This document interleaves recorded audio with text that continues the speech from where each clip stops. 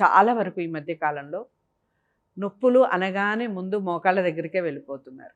కారణం ఏంటంటారు? వయసుతో నిమిత్తం లేకుండా ఇంతకుముందు మనకి నొప్పులు వచ్చాయి అంటే ఒక సడన్ ఏజ్ ఉండేది, పెద్దవాళ్ళకి మాత్రమే పెయిన్స్ వస్తాయని. ఈ మధ్య కాలంలో పిల్లలకు కూడా మోకాళ్ళ నొప్పులు అంటున్నారు. కారణం ఏంటంటారు? మంచి క్వశ్చన్ మేడం. పాతకాలంలో ఒక 60-70 ఏళ్ళ తర్వాత మనం ఎక్కువ చూసేవాళ్ళం నొప్పులు, మోకాళ్ళ నొప్పులు ఇవన్నీ. ఇప్పుడు 30s నుంచి మేము చూస్తున్నాం. పర్టికులర్లీ సాఫ్ట్వేర్ ప్రొఫెషనల్స్లో ఎక్కువ చూస్తున్నాం. Okay. But more or less అందరి పని కూడా కూర్చుని కంప్యూటర్ ముందు కూర్చొని చేసే పని లానే అయిపోయింది. సో డెస్క్ జాబ్ అంటాం కదా. సో అందరూ డెస్క్ జాబ్స్లోకి మారిపోయారు. Whether it is software or non IT కూడా డెస్క్ జాబ్ మారిపోయింది. ఇక్కడ ఏమవుతుందంటే ప్రొలాంగ్డ్ సిట్టింగ్ అవుతుంది, మన ఫిజికల్ యాక్టివిటీ తగ్గిపోతుంది. మనం we are using all cars, vehicles మీద ఎక్కువ వెళ్తున్నాము, టైం ఉండట్లేదు. ఈ బిజీ షెడ్యూల్లో ఫిట్నెస్ అనేది పూర్తిగా మనకు పక్కకి వెళ్ళిపోయింది. పాతకాలంలో ఫిట్నెస్ రొటీన్గా వచ్చేది. అంటే వాళ్ళు చేసే యాక్టివిటీస్ నడుచుకుంటూ వెళ్ళేవాళ్ళు. చిన్నప్పుడు మనం కూడా సైకిల్ మీద వెళ్ళేవాళ్ళం స్కూల్కి. ఇప్పుడు మన పిల్లలు ఎవరు సైకిల్ మీద వెళ్ళే పరిస్థితి నడిచేవాళ్ళు సార్ ఒకప్పుడు. సో అక్కడి నుంచి రూట్ కాజ్ ఒక లైఫ్ స్టైల్ మొత్తం చేంజ్ అయిపోయింది. అది మనందరికీ తెలుసు. సరే, మనం ఏం చేయగలం దీంట్లో? నీ పెయిన్స్ ఎర్లీగా వస్తున్నాయి. బేసిక్గా డెఫినెట్గా ఫిట్నెస్ లేకపోవడం one of the main reasons.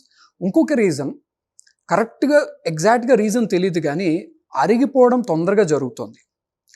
అంటే మీకు ఎలా చెప్పాలంటే, ఇప్పుడు జుట్టు తెల్లబడుతోంది, 30s 40sకి వచ్చేటప్పటికే జుట్టు తెల్లబడుతోంది. ఎందుకంటే ఎగ్జాక్ట్గా రీజన్ తెలియదు.